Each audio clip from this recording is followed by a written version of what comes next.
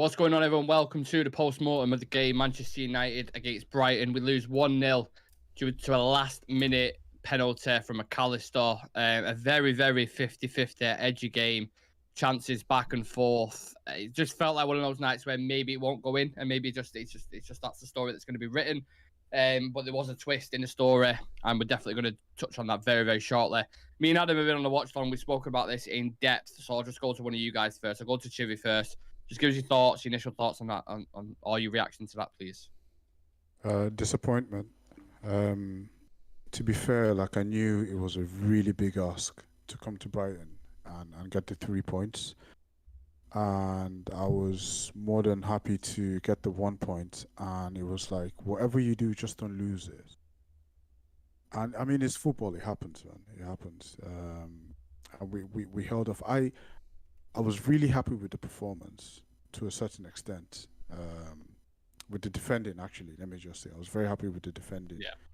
And even though I didn't care about the performance today, I just wanted a point or three. I just didn't want to lose. But to lose in that fashion, it's going to be a huge disappointment. Leave a damper on the boys tonight. And yeah, top four is looking really tight now, man. Mm-hmm.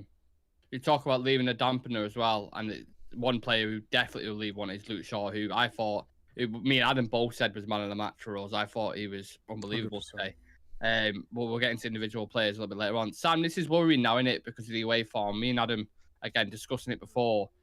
Even pre-match, we was discussing it, the away form against teams in the top 10. We've only beaten Fulham, and that was in the last minute. Apart from that, we've lost pretty much every single game or drew to Spurs. Yeah, I think me and you both said, didn't we, in the preview, that it's going to be a draw.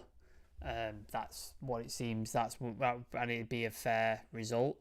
And it looked like it was heading that way. I think the game, on sort of, you looking back at it, penalty thing aside, it was pretty even end to end. Both had opportunities to win that game. Both could have put a goal away. Both had moments, and you thought 0-0 draw is probably a fair reflection and fair result. No team was particularly incisive, and then the last minute penalty decision, VAR, and we know David De Gea is awful at penalties.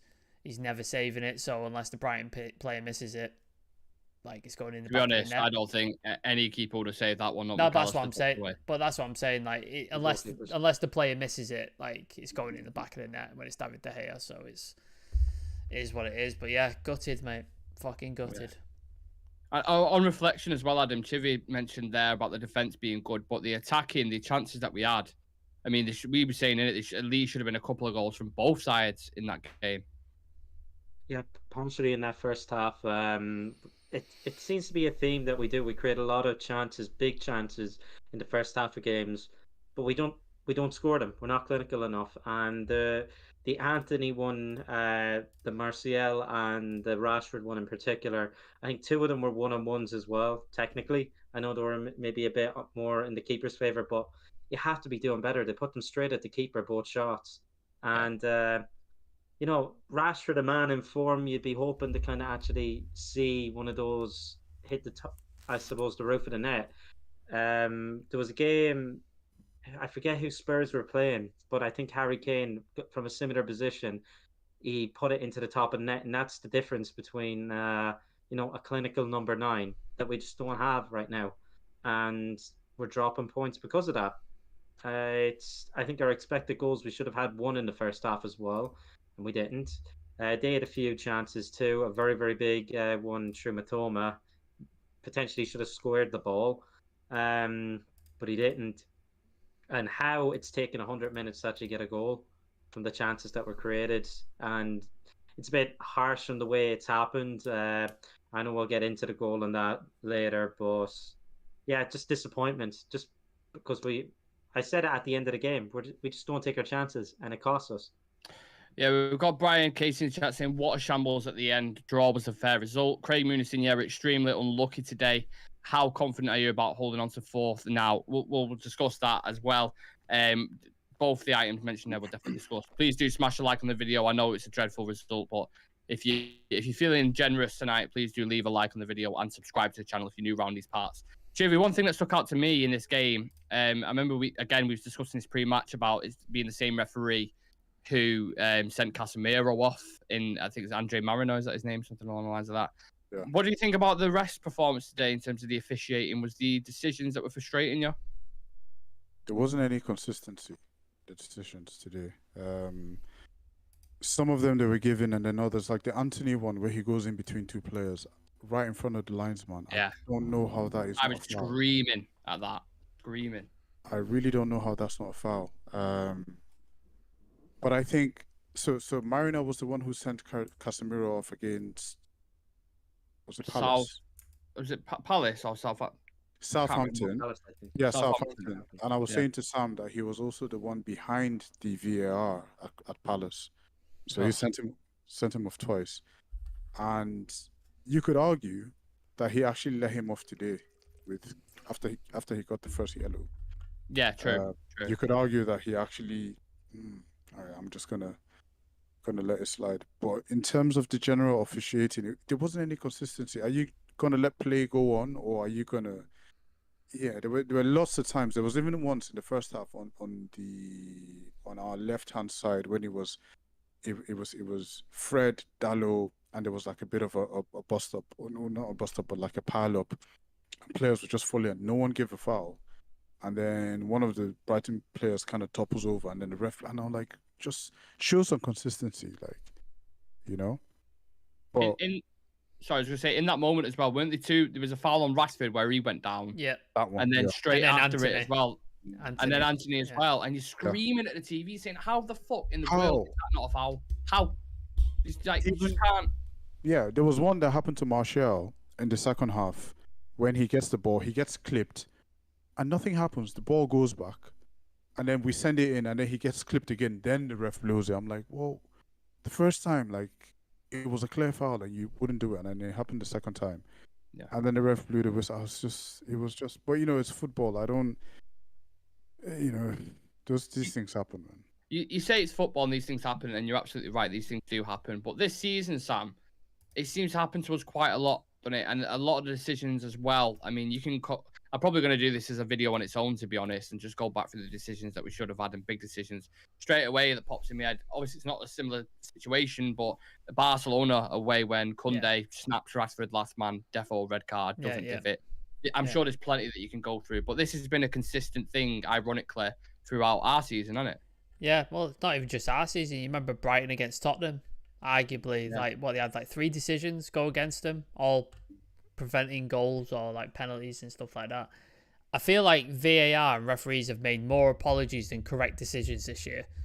Like they just seem to, every game is just like, yeah, we got that one wrong, we apologise to the team. Well, how about we start getting these decisions right? Why the fuck are we just consistently, like, I think the fear is like the referees are afraid to make a decision because they think VAR will make it for them, but then the VAR doesn't want to overrule the referee, so then no decision gets made, so shit just flies all the time and just ridiculous. And then when they do make a decision, they make the wrong decision. Like there's been times when a player's like falling down and he's put his hand down to brace himself, the ball gets plastered in his arm and it's a handball, but then the next week it's not a handball. So it's just It's like, not I handball, don't exactly. and I don't.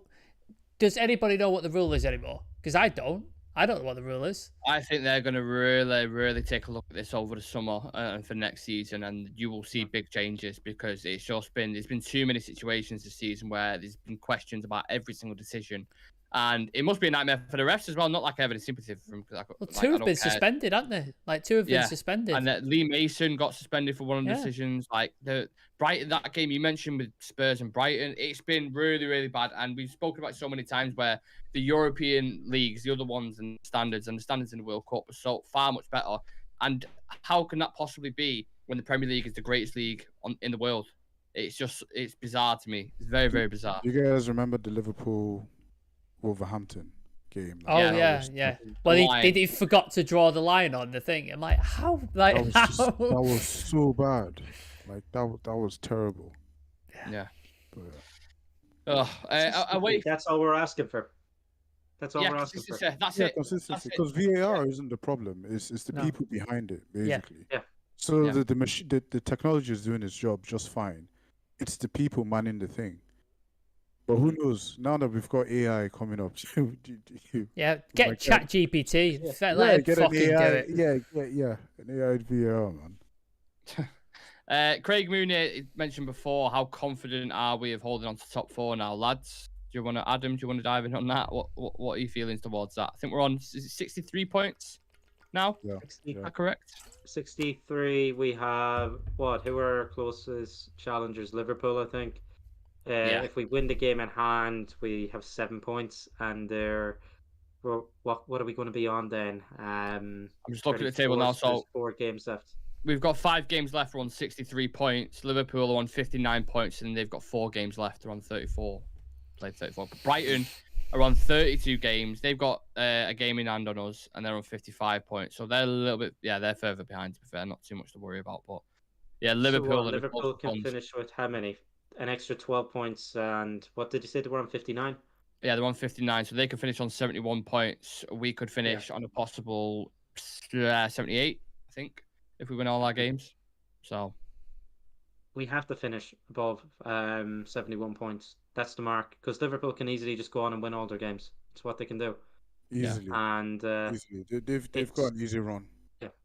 and what we have West Ham, West who Ham, else we have coming? Bournemouth, Chelsea, Fulham, Fulham. um, Wolves, Wolverhampton. Wolves. Yeah, Oh, we have Wolves. Wolves. Yeah, Mhm. and Liverpool have got Brentford, Leicester, Villa, Southampton. So Villa the only outstanding one there. That's a tough game. But the form that they're in at the minute, they are on one. I'm just looking at it now. In the past 1, 2, 3, 4, 5, 6, 7, 8 games, I think they've won 6 and drawn 2. So they are cooking at the minute, and they are flying. And it's not out of the realms of possibility, is it, Chiver? It's not. No. I think our only hope now will probably be Newcastle dropping points, because I think they play Arsenal. And let's just have a look. I've got it up here now. Yeah, Newcastle play Arsenal. They got Brighton, Leeds, Brighton, Leicester, which has been postponed. They've got Chelsea as well. But that's fucking relegation fodder, that. Yeah, I mean, for us, like, West Ham is a real tricky one away. It's always a tough one. Yeah, the bowling ground. It's always a shit. It's always a shit game as well. West Ham away. Yeah, it's funny because we do actually in recent years usually come away with a result. It's always tight, but we normally squeeze a result away. Seeing the way we played today, I was actually pleased with some of the defending. If we just get the attacking correct, and because there were so many decisions where Martial could have played someone in, and then he just doesn't do it, and then Rashford gets that tunnel vision that he always does. Yeah. When he has the ball and he's just like, I can't see anyone. I'm just gonna go, like, Yeah. And if we could just, I mean, this is the first time I sound crazy saying this, but when I saw Vegas coming on, I was just like, finally, something different, like, but I know. Wasn't our reaction. Yeah. We was I alluded to it as when you've got a shitty ass and you need to wipe it, so you use mud. That's what I think I said out loud, "What the fuck is he gonna do?" I think I shouted. I was getting desperate at that point, and I remember I was watching Jay Motti earlier on. He said he thinks Vegas has one goal in it, one important goal. There's one goal, whether it's going to come in the final or like. Can you imagine? Yeah. Can you imagine one big goal in him? And I was like, oh, it has to be tonight. If he scores in the FA Cup final, all's forgiven. He's a fucking legend. I don't care. Absolutely. He's fucking forgiven. Cool hero. He's a legend. Yeah. But just to answer your question, Nick, on top 4 is tight, but this is where it's 4 games to go, or what, 5 games I think for us. Yeah. 5. Yeah, this is where the boys have. I know they're running on fumes now, literally. You could tell that. Because can you imagine? In 7 days we're playing 3 matches, because we played Sunday, then we played Thursday, and then we're playing Sunday again. Like it's. So we're going to travel back tonight, and then travel London. Yeah, we would have maybe one recovery session, maybe, and then tactics, and then it's Sunday, and then we play West Ham. And after West Ham, that would be the first time we have a whole week since the 29th of December. So that is just insane. So yeah, the boys are running on fumes. I just hope they can just hold on, just a couple of games, get the win at West Ham, the win after that, and then we can breathe easy. And hopefully Newcastle drop points to Arsenal. Yeah, they play Brighton as well, Newcastle. I'm just looking Yeah. at Brighton fixtures there. Yeah. So a couple of tricky fixtures there. Sam, what about yourself? Top 4? Is it worry for you now? Because it's been so many weeks now. We beat Villa last week. It was like, yeah, top 4 nailed on. That's it, done, dusted. Yeah. And now it's like, I don't know, I don't know. And then looking at our goal difference as well, it's horrendous, isn't it? Yeah, no, our goal difference has been a worry all season. So I knew we had to be in with a shout on points basically, because goal difference we ain't getting in anything with goal difference because it's just appalling. After Villa, I was like, if we get a draw against Brighton, it's done. And that's the way it looked like it was going. I was like, it's been a tough game, but I think a draw would have been a fair result. And then obviously to have it taken away from you in the 95th or 96th minute or whatever it was is gutting. But yeah, like Chivi said, we're just going to have to pull a result out of our arse against West Ham. And who's the game after West Ham? Is it Chelsea? Wolves, I'm going to say. I'll tell you right now. Bournemouth I think it's Bournemouth. Yeah, then it's Bournemouth, Wolves, Chelsea, Fulham. I think. Yeah. So West Ham's going to be tough. Bournemouth, I think we can get a result. It's West. Sorry to think it's West Ham, Wolves, Bournemouth, Chelsea, Fulham. All right. So West Ham will be tough, but like Jimmy said, we've come away with a good record recently. And then Wolves have been terrible, fucking terrible. So I think we should get a result there, and then that should be set us in then for top 4 after that, because I think we smashed Chelsea. Because I don't think they win another game for the rest of the season, to be honest. And then, yeah, the other games, once we get to those other games, we're basically in the top 4, so the pressure should be off. But yeah, West Ham's going to be interesting. It's going to be a very, very interesting game. But yeah, I'm gutted, man. We could have had top 4 basically on lock today had we got the draw or even a win, snatched a win. Taking our chances, man, for fuck's sake. Wow. Yeah. That's been a problem for a while, hasn't it? We haven't been able to take opportunities. Yeah, so it is what it is. And like Adam said many a time on these streams, if we get a world class striker, like we score those goals. We score so many opportunities. We smash Forest 5-6-0. We smash a couple of like Everton a few goals. So it's just hopefully in the summer Ten Hag gets the parts he needs to build a squad, because we're dragging our ass through broken glass at the minute to get to the end of this season. It's terrible. That's the best way to describe it, mate. It really has. It's been a proper horrible. And you can just tell second half, it's the drop off in the energy, the pressing, just everything is just miles apart. From the first half. Adam, just again, more than welcome to add anything onto the top 4 discussion yourself, but just. I want to get onto the decision, the key decision in the game where Luke Shaw handball. I don't think there's any doubt. I thought it was clear in this season. Is anyone going against that at all? No, it was all. I can't doubt it. No, it was one of them. As soon as I saw it, he was just like that, innit? Like straight away. Exactly. You knew. Yeah. But then you was I'd argue the decision before it. Yeah, I was just about to ask you about that. Mm-hmm. Yeah, the decision before it. Luke Shaw's foul on Enciso. I thought he was play acting all game. Luke Shaw said it as well, that he's been jumping to the ground all game. Look, I think Shaw kind of turns, but he has his arm here. Your man just bounces into the arm. No, there's no force behind Luke Shaw's arm because it's actually coming down at the time as well, and he just falls over straight in his back.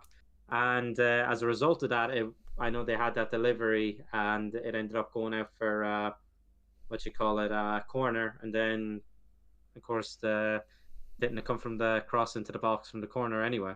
Yeah, I think it went into the box and it came back out, and then it was like a madness. I don't know what happened, but but potentially we're up on the other end. We are by then, and if that didn't happen, I don't think the penalty would have happened. I thought it was a bad call, given that we were robbed of 2 potential free kicks where the same could have happened. So. Frustrating night, lads. Very frustrating night. Especially the way it went as well. It just felt like if it was a draw, I think both managers would come away and said, you know what, that's fair. Both teams didn't take the chances. That it is what it is. I would as well. I'd come away and be like, fair result. Yeah. Oh yeah, I would have celebrated that like a win. Yeah. We said that. Me and Adam said that. Like the draw right now, to take it in a heartbeat, end the game. Don't care, just end the game. With everything we've spoken about, lads, and everything, I think we've covered most of it. Player ratings, I don't want to get into too much because I feel like every player was basically a C apart from Luke Shaw, and maybe there's another one you can throw in there. I'm not entirely sure. Would you agree? Can we just all together kind of assess it? Just like don't go into it too much because we've spoken about most key situations. But who stood out? Let's just say, for example, for you guys. I wouldn't say he stood up. I was really impressed with Wan-Bissaka because I could tell that he'd done his homework on Mitoma because from watching it, I just knew like just don't let him, just play him on his left foot, and he hasn't got anything. So that's why you could just see a lot of times Wan-Bissaka just allowed him to just cover the right foot, and he couldn't really do anything from there. So for me, I was really impressed with that. You could tell that this guy has actually studied him and he's just done his homework. Victor Lindelof, I didn't see too much of, which was good because that just means I didn't see too much of him. I have to disagree with that. There was 2 moments in the game where Lindelof, first moment where he's trying to pass it to Wan-Bissaka, gives it Mitoma nearly scores straight away. Okay, yeah, that was the first half, yeah. There was another situation as well which he misread, and they got in and scored as well. So there's a couple where I was like Lindelof, that stood out for me because I was looking at them both as a partnership. I was like, Shaw's been absolutely solid, but Lindelof had a few leaky moments for me personally. Oh yeah, no. To be fair, I forgot about that first. I don't remember the incident you're talking about, but yeah, that's possible. But then the way both of them would come off from deep and stop, every time the ball gets into the player. So yeah, but apart from that, I agree. I think everyone was a C. Give a few D's. Maybe. We saw the duality of David De Gea yet again as well, didn't we? Fantastic save when all that ping pong was going in around a corner, and then he kicks the ball straight into a Brighton player, and they almost score from it. And it's just like, this is David De Gea. This is what he does. It's frustrating. If I'm telling you now, if you sign a new contract with him, these things are going to continue for all next season. And every single review we do of a game, we're going to say, nearly give a goal away, or did give a goal away, or fantastic save out numerous times, did a great save. But and you can't do that. It's just like a midfielder who's like plays loads of through balls, got loads of assists, but then he's error prone and gives away equally as many mistakes. What's the fucking point in having in your team?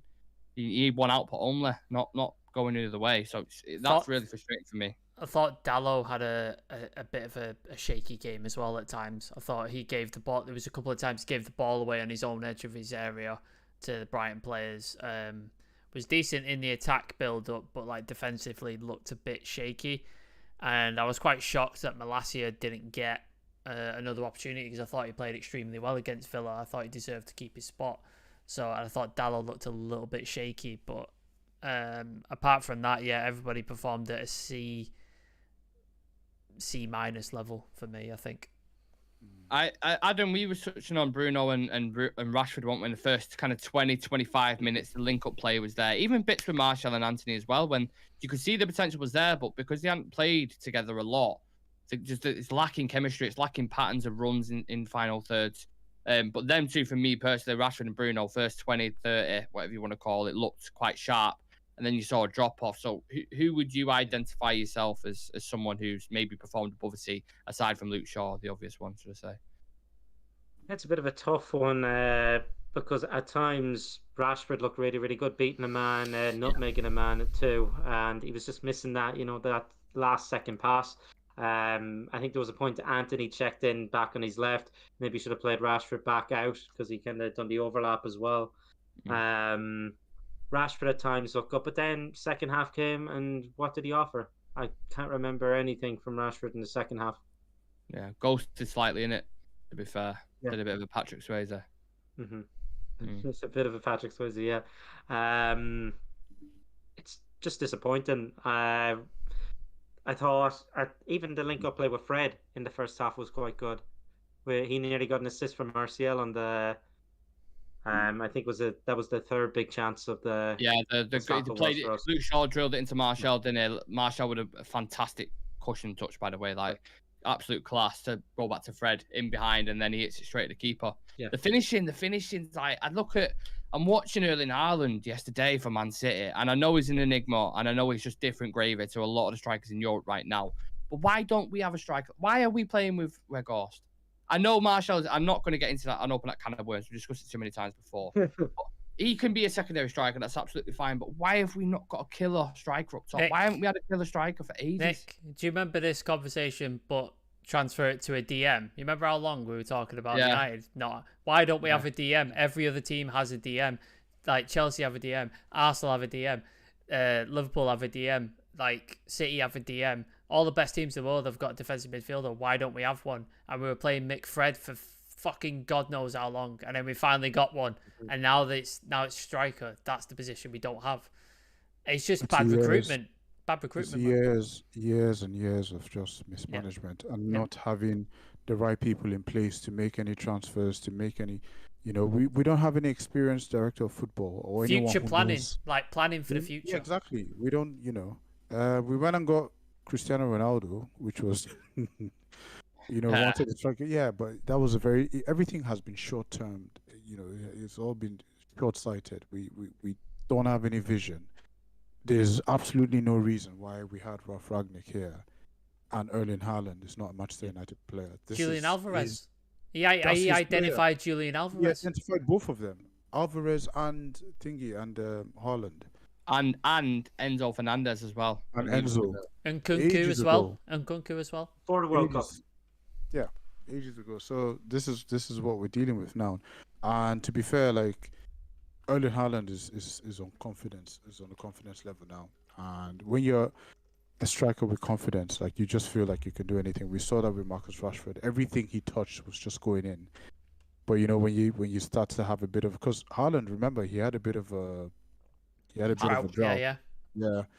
But once you get that one, and then you get the next one, and then the floodgates just open. So it's one of those things, and we've played way more than every other team this season. Like these guys are just on their last legs at the moment. So there is context to that, but we need it. We need a striker. Haaland as well. Like, sorry, Nick, to interrupt. No, sorry. Like, he's not involved for 90% of the game. Like, you don't see anything from him. Like, he links up with De Bruyne when De Bruyne plays. But, like, in that game yesterday against Chelsea, was it Chelsea? No, West Ham.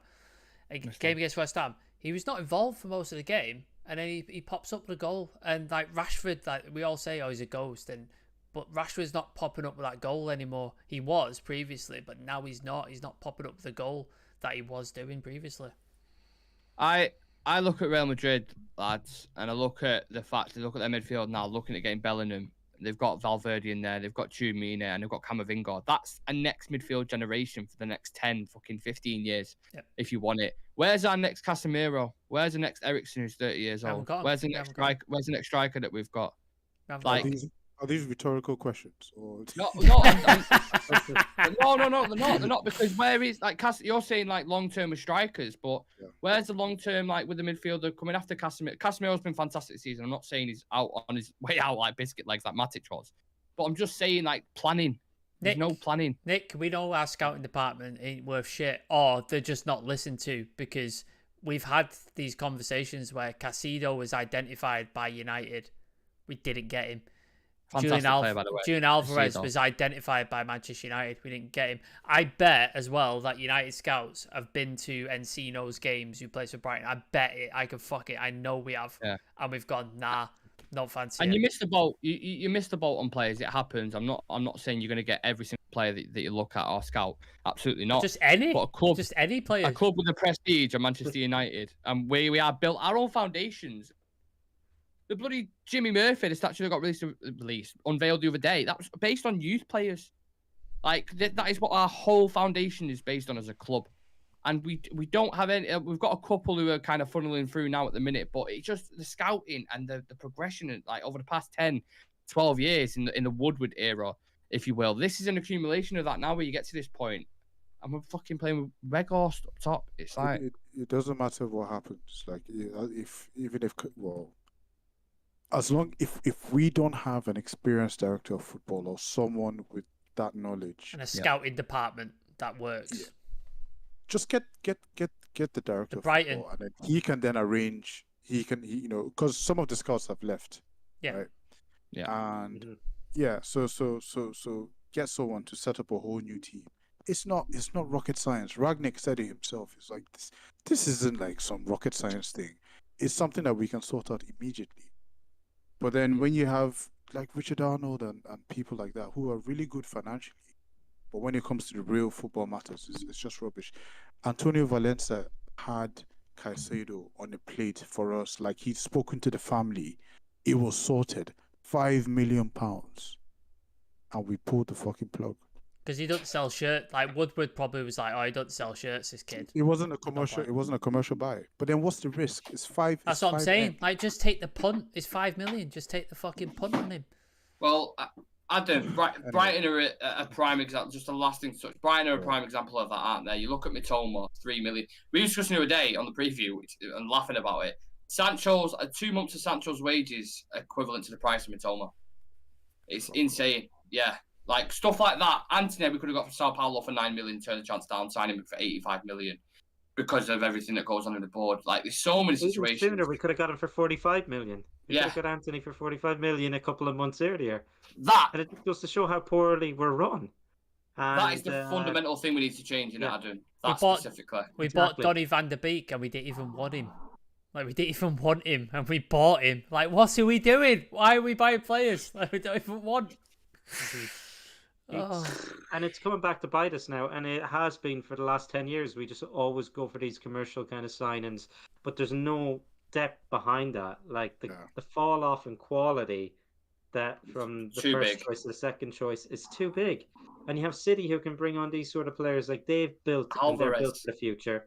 Alvarez would start for us right now, every single game. Yeah, Julian Alvarez would start for us right now.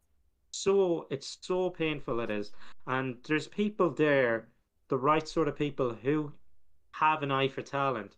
And I think if Jim Ratcliffe kind of gets it, there was talks about Paul Mitchell. What's his name? Paul Mitchell. Yeah, there's been kind of a bit of chatter for that. But with this, I suppose a load of these scouts leaving last summer, we thought, okay, Ragnick is probably going to move into this sort of football director role, have maybe Paul Mitchell come in. That's what you're expecting. And look what's happened now. He's gone off. He's the Austrian manager. And they said it in the statement that he'd be moved to an upstairs position as well. He talked too much, didn't he? He talked too much about the Glazers and the ownership and that. And they were like, we can't have this shit. And they got rid of him. That's what happened. But that's what it comes back to. It comes back to the owners every single time. Yeah.